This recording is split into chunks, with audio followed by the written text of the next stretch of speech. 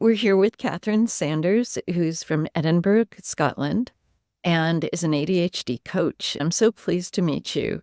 I'd like to start out asking you about your origin story, how you were diagnosed. About 10 years ago, my daughter, who was 4 coming up 5, had a lot of problems with nursery and school. She'd always had challenges. I called her my fireball. She was given a diagnosis of autism and ADHD. During the diagnosis, which took a long time, and they were very careful about it, they said, "Have you ever thought about going for an assessment yourself?" I said, "Don't be silly." But of course, I went along for an assessment. I spoke to my GP. He referred me. I was very fortunate. It took a couple of months to be referred. And then I literally had a 45-minute chat with a psychiatrist who said, "Yeah, ADHD." And I'm Before then, had you had problems in school or any indication that you might? After my diagnosis, I looked back. I have a diagnosis of autism and ADHD. It was quite a complicated unpacking process. For me, it was literally like a tick box. Difficulty with friendships because of how I responded to people, and becoming really hyper-focused on a topic and going down rabbit holes. This is in the day of card catalogues and libraries, no internet. It was in the 1870s. I didn't think I was hyperactive, but then I looked back. I was doing ballet 4 days a week. I was walking a mile back and forward to school twice a day. I was cycling every night. I just never stopped. And I remember my granddad telling me to stop jumping up and down. It was constant motion, but because I was a kid and I was dancing, they just assumed it was normal. What did your diagnosis do for you? How did your life change? Oh, goodness.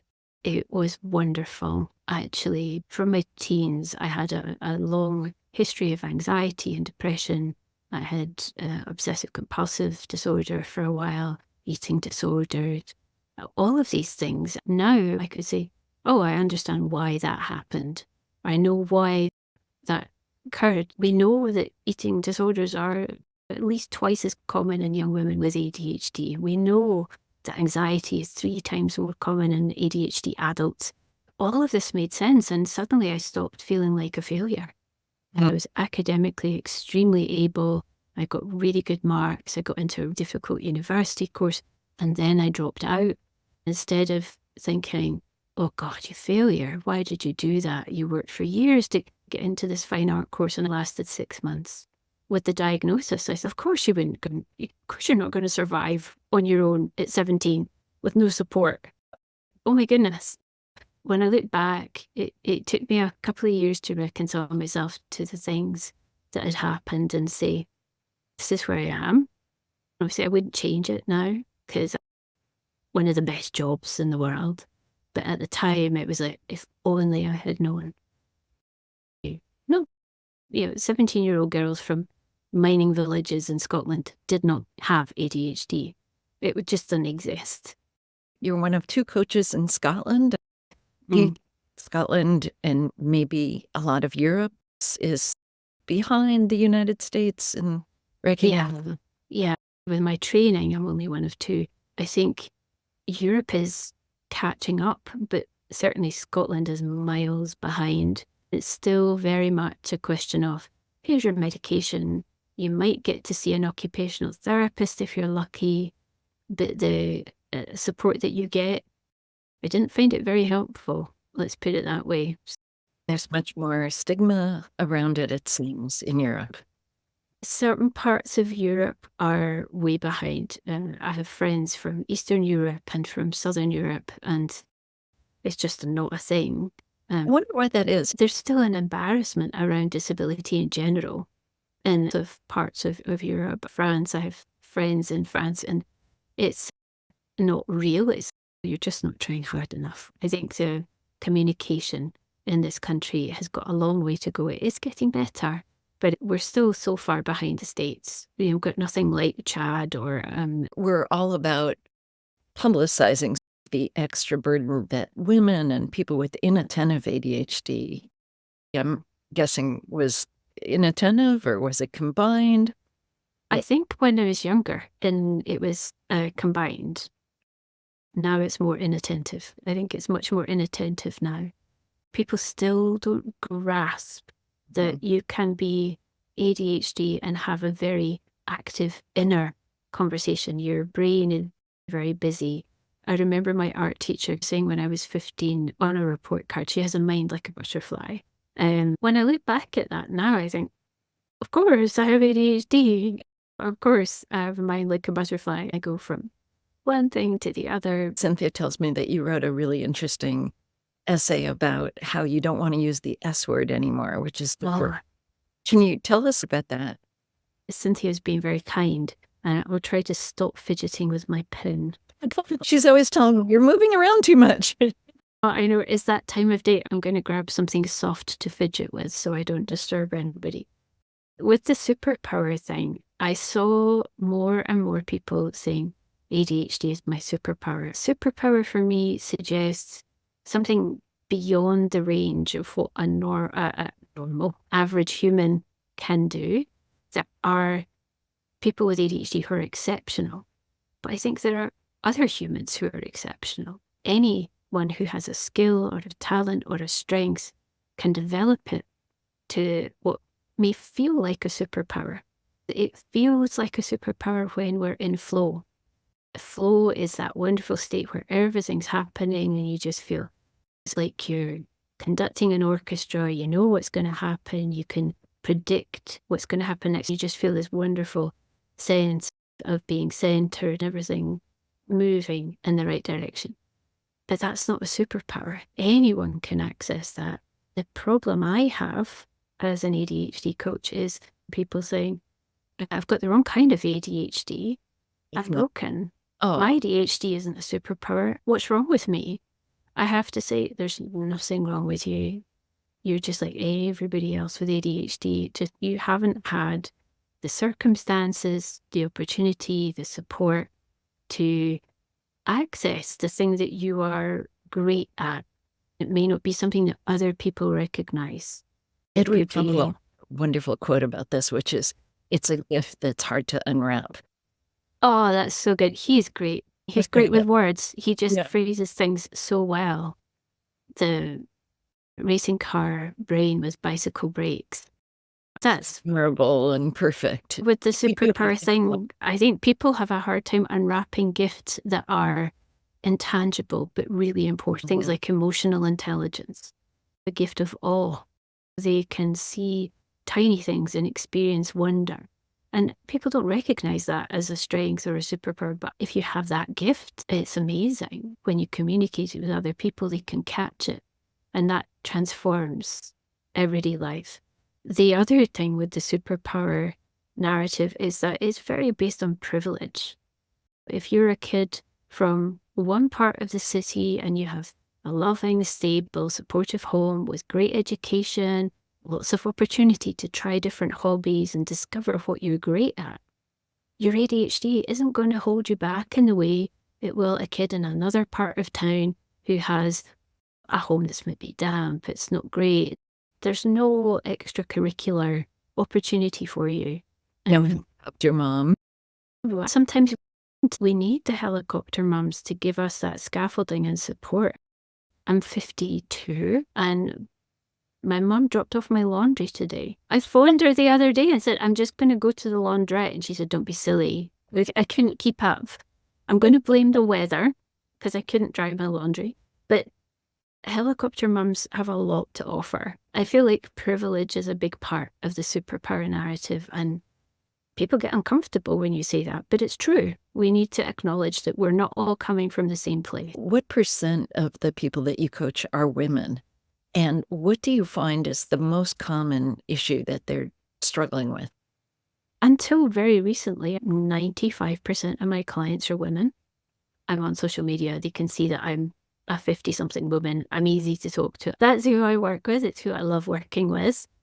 But in the last month, I've had 3 male clients arrive out of nowhere, which is lovely. But most of my clients are women. The biggest problem for most of them is feeling overwhelmed. Overwhelmed because of the number of things they're trying to juggle. They'll come in with a laundry list of things they're trying to do. By the time they've listed everything they're trying to do, I say, how does that feel for one person to try and do in 2 or 3 days or however long they're giving themselves?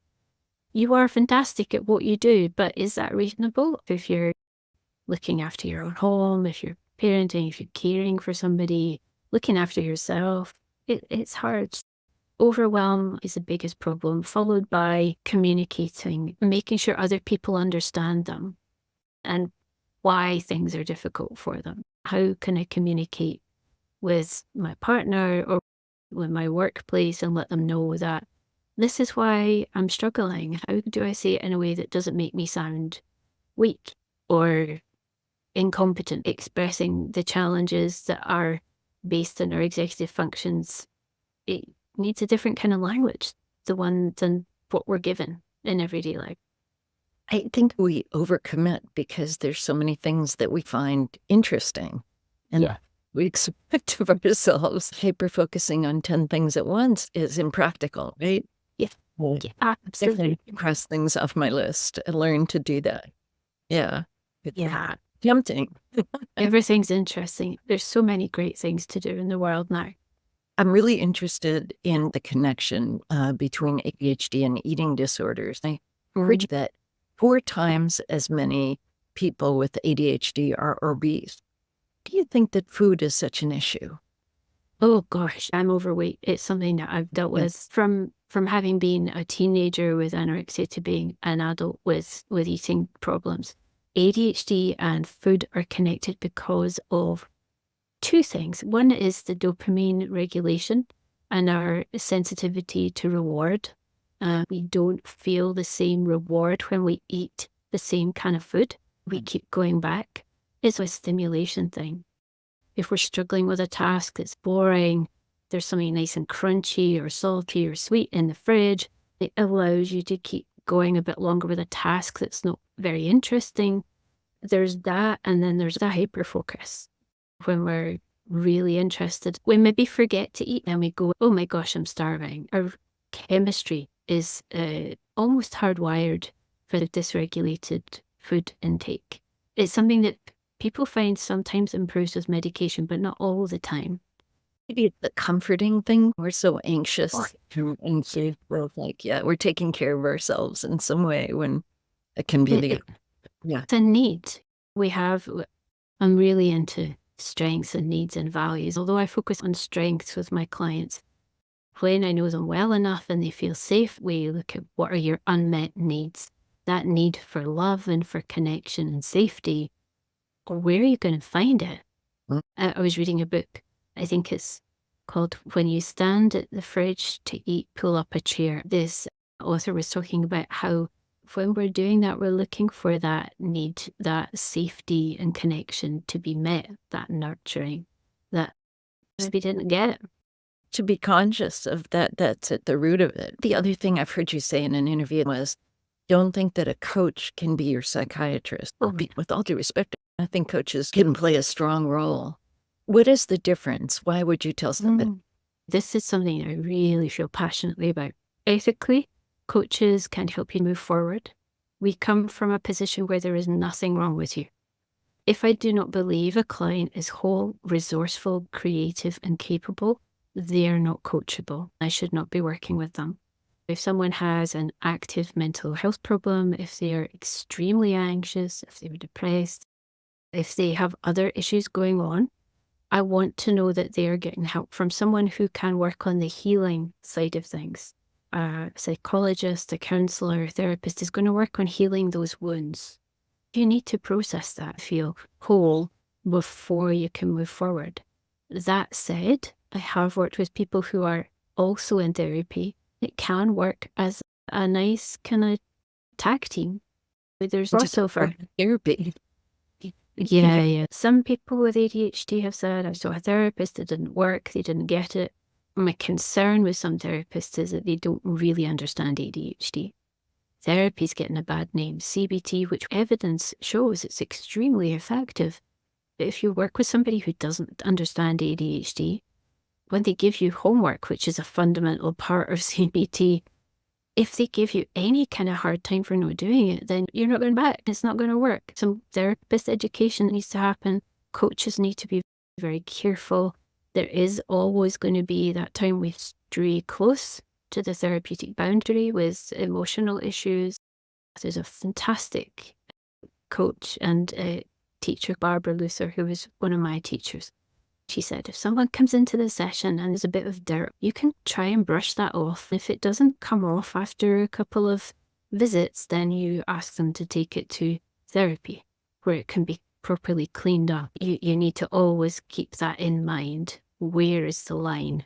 And the line is if somebody's not able to engage, if they're not feeling safe enough to engage, if they have something else going on, you need to know when to step back. Some therapists who act as coaches, there's a reason in the States you are licensed to work in one state. If you say that you're coaching people, you can work in any state. There's a reason why so many psychologists are working as coaches. They're doing therapy, but they're practicing across state lines. It's complicated, but I am definitely just a coach. I'm very clear with people at the start. I don't do therapy. That's very responsible of you. Cynthia, maybe it's a good time to see if there's anything that I should have asked that I haven't. Catherine, do you have any special advice you would give parents of a girl who's That's- newly diagnosed? That's it. Cynthia, is it more what advice Catherine would give to young girls or to women, their parents? I think to the parents. Yeah, to the parents. Yeah. And now it's my turn to be interrupted. Give me 2 seconds. Sure. I manage my daughter's internet very carefully. She has to ask for more time. Every so often. Yeah. Yeah. Okay. Would be managing internet is a good advice for mothers. So was it about parents in general and newly diagnosed girls with ADHD? Parents of kids with ADHD, Cynthia, or parents who have ADHD? Parents and they have a daughter with ADHD. What things do you wish they knew? If parents have a daughter with ADHD and she has just been diagnosed, the most important thing for them to do is just stay connected. Focus on spending time one-to-one if possible, but especially with no distractions. Let them know how absolutely unconditionally loved they are, even if they are driving you up the wall with forgetting homework or not being organized or the room is messy, any of these things. The first thing has to be a really warm, loving, unconditional regard and connection with your daughter. The second thing, understand as much about ADHD as you can. There are some fantastic books, Understanding Women and Girls with ADHD. Dr. Katherine Sanders and Patricia Quinn wrote that a few years ago. It's still true. It's all still true. Think about who are the people in their lives and make sure they understand that the things your daughter does with ADHD are not intentional. Quite often, especially grandparents find it quite difficult. They may have traits of ADHD which are different. And they may not understand your particular presentation of ADHD. The other thing is explain to them the difference between their brain and themselves and how it's important that they talk to themselves nicely, kindly, patiently. So often I hear young people really being horrible to themselves. I'm such a loser. Nobody likes me. No wonder I'm all these terrible things that they say. With young people, when they say it, it has a different impact. Their brains are still forming. Up until the age of 25, our brains are still making all these connections. There's quite a lot of pruning in your teenage years. We want to focus on the kind of connections and self-talk that encourage a nice, healthy, regulated brain. That comes from giving compassion, patience, understanding, and modeling how to do that for your children. If you're a parent who is stressed and you tend to react to yourself, what an idiot. I'm saying that because I did it as well. There's no judgment here. I was a terrible model for that kind of self-talk. But when you're able to say, oh, I forgot it again, I'm going to have to find a different way to remind myself, and talk about how you need to build a scaffold for your daily structure and show them how to talk to themselves and about themselves more compassionately, more patiently, and how to advocate for themselves. As a parent, you're going to have to find a way to do that as well. If the tasks are clearly set out, that means your working memory is less loaded. You're going to be less stressed. You might need to adapt your home. You might need to rearrange your routines. But learning how to talk about ADHD from a position of being well informed, unfortunately, that means avoiding the big popular podcasts, which are not always factual. Going to people like Kathleen Nadeau, people that really know what they're talking about, get your information there, then sharing it with your daughter in a way that shows you're on her team. You are a united front, and you will advocate for her and show her how to advocate for her needs, and that her needs are real. I think especially girls are told not to take up space, not to ask for too much. We need to show them how to do that differently. That's just beautiful. Thank you so much. It's been delightful to talk with you. Thank you, you very Catherine. much. All the work you're doing.